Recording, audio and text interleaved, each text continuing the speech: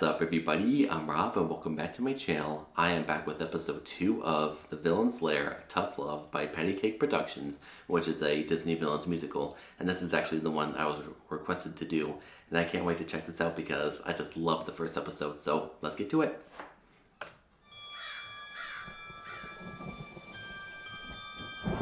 Same intro as the first episode.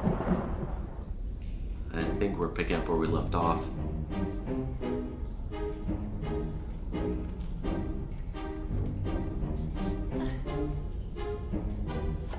Ever since I was a girl, my own mother vowed I must find a way to power through a noble brow. I married once for love, then my senses came. I must marry for the stature of my husband's name. On to marriage number 2, I knew what I had to do. My poor husband fell ill in a year or 2. Solved problem number 1, now to problem number 2. His doe-eyed little girl with a gentle point of view. Would I ship her off to school? No, I told her if she stayed, that she'd have to earn her keep, and so she became the maid. She was lazy, she was crazy, she was talking to the mice. She was hopelessly naive, so she had to pay the price. I moved her to the attic, out of sight and out of mind. I could have thrown her out, but I'm benevolent and kind. Mother, your heart's too big for you.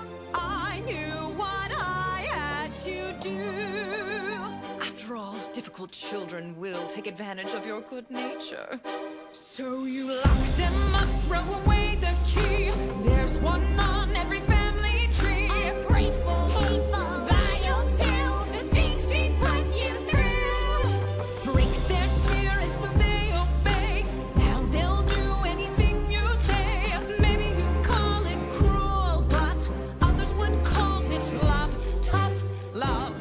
I ask There it you, is. is it a crime to strive for perfection in all things? Oh no, they're so cute when they're little, but then they grow up and just ruin everything. I never wanted children, life was better on my own. All the screaming, nagging chilled me to the bone. But then one day I came across a flower growing free. Its magic kept me young, so I kept it all for me. But someone dug it up, now a baby held the power. So I borrowed her and locked her up and hid her in a tower. Years went by, all the sacrifice, and against my better judgment, I fed her once or twice. Teenagers now, I know I wild eat their young, but that's messy. Manipulation's easily more fun. A little guilt, a lot of force, of course you have to lie. Remind them that without you, they shrivel up and die. They only had themselves to blame. If you'd been there, you'd do the same. So work them hard till they fall in line. There's one way and it's only mine. Children are lazy, spoiled too, but we know what to do. I have to admit, all their voices are just so strong and powerful. And as someone who does a lot of music reactions, that's something to admire. And for the flashbacks, I do like how they kept the old-time Disney animation that was like a 2D painting. I mean, for me, that's nostalgic. It takes me right back to watching the old Disney movies to when I was younger, reading the storybooks. That's just an excellent touch.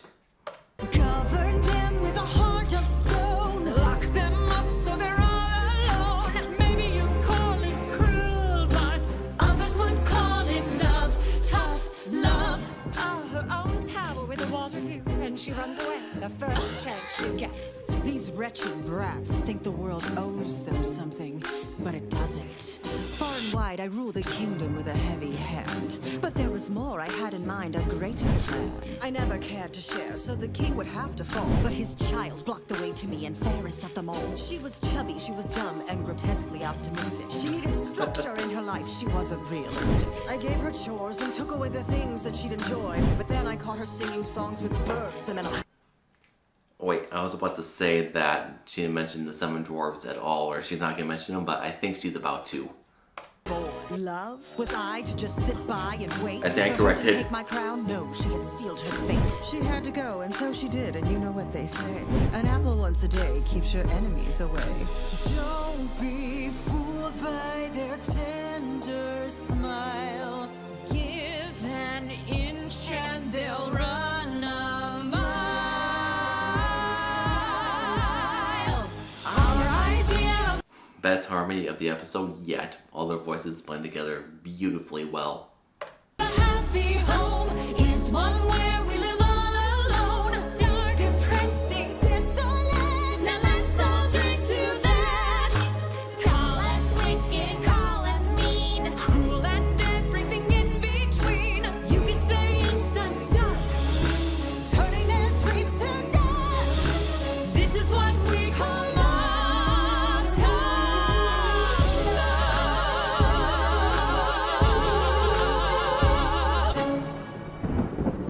beautiful.